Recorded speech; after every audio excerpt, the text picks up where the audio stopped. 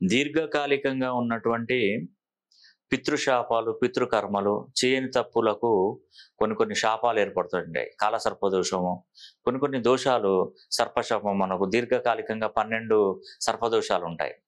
వీటన్నింటినీ మనం తొలగించుకోవాలంటే మనం ఒక్కసారైనా 18 బీజాక్షరాలను నర్మదా నది పుష్కర జలంలో కలపాలి. అందుకే మే 1వ తారీఖున మనకు పుష్కరాలు మొదలవుతున్నాయి. నర్మదా నదిలో పుష్కరాలు మొదలవుతున్నాయి. ఎందుకంటే మేషంలో ఉన్నటువంటి గురుడు వృషభంలోకి ప్రవేశించినటువంటి టైము ఇక్కడ మనకు వృషభ రాశిలో నర్మదా నది పుష్కరాలను కూడా మొదలవుతున్నాయి. ఇది చాలా అద్భుతం అండి, మంచి జరుగుతుంది. మీరు వీలైతే వెళ్తానంటే బీజాక్షరాలు నేను ఇస్తాను, లేదు అంటే నేనే ఆ బీజాక్షరాలు కలిపి నేను ఆ యొక్క గంగాజలం అన్నది కూడా మీకు తప్పకుండా ఇంటికి పోస్ట్ చేస్తాను. చక్కగా ఇంటిలి పాదవికి చల్లుకోండి, చాలా మేలు జరుగుతుంది. మే 1వ తారీఖు నుండి 12వ తారీఖు వరకు నర్మదా నది పుష్కరాలు జరుగుతాయి.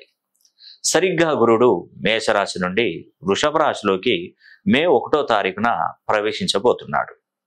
ప్రవేశించిన నాటి నుండి మొదటి 12 రోజులు పుష్కరాలు జరుగుతాయి.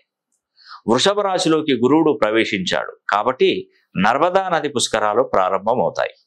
నర్మదా నది తీరమునే ప్రముఖ జ్యోతిర్లింగ క్షేత్రమైన ఓంకారేశ్వర జ్యోతిర్లింగ క్షేత్రం ఉంది. పుష్కరాలలో బీజాక్షరాలు నిమజ్జనం చేసిన వారికి కలిగేటువంటి ప్రయోజనాలు. మీ జాతకాన్ని పూర్తిగా పరిశీలన చేశాక మీ పుట్టుకకు మూలాన్ని వెతుక్కొని తెలుసుకున్న మూలాన్ని మంత్రశక్తిగా అతి పవిత్రమైనటువంటి గోమతీ చక్రాలపై లిఖించి వాటిని పుష్కర సమయంలో నిమజ్జనం చేస్తే మనకున్నటువంటి కర్మలు తొలగి అదృష్టవంతులు అవుతాం.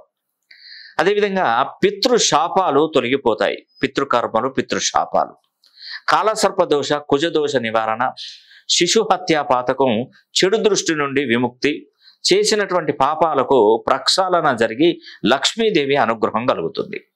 ఈ పుష్కరాలు మధ్యప్రదేశ్లో గల నర్మదా నది తీరంలో వెలిసిన ఓంకారేశ్వర జ్యోతిర్లింగ క్షేత్రం నుండి మొదలవుతాయి. పుష్కరాలకు వెళ్ళలేని వారు మాకు తెలియపరచండి. మీ గోత్రనామాల మీద బీజాక్షరాలు లిఖించి నర్మదా నది పుష్కరాలలో నిమజ్జనం చేసి పవిత్ర నర్మదా నది పుష్కర జలాన్ని మీ ఇంటికే అందజేస్తాం. ఈ అవకాశాన్ని ప్రతి ఒక్కరు సద్వినియోగం చేసుకొని మరి వివరాలకై మా ఆఫీసు నెంబర్లకు సంప్రదించండి.